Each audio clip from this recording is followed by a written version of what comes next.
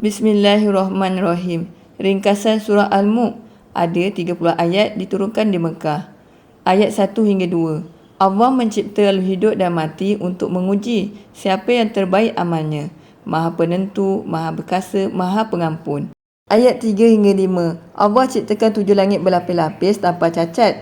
Diulang lagi penglihatan. Manusia disuruh melihat, berfikir dan sedar kebesaran Maha Pencipta. Dia jadikan bintang-bintang hiasan langit, alat pelempar setan.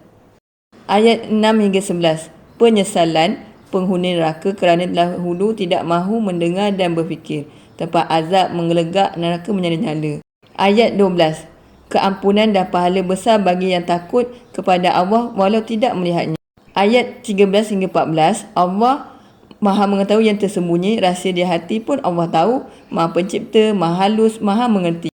Ayat 15. Nikmat bumi dan rezeki. Manusia diperintah berjalan di bumi dan makan rezeki Allah, tanda bersyukur. Ayat 16 hingga 18. Jangan merasa selamat pada langit yang boleh terdapat azab Allah. Ambillah iktibar orang dulu. Ayat 19 ke 23. Tanda kekuasaan Allah pada burung terbang di udara, tentera Allah yang luas penolong orang beriman, memberi rezeki, petunjuk jalan yang lurus, memberi pendengaran, penglihatan dan hati, tapi ramai manusia tak bersyukur.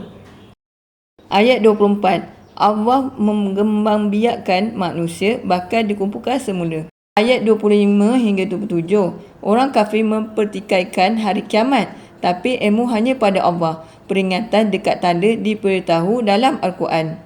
Ayat 28 hingga 29. Perbezaan orang beriman dan orang kafir tentang kiamat.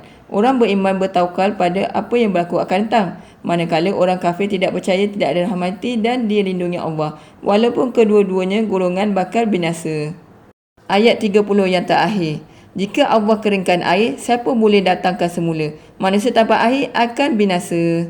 Wallahu a'lam.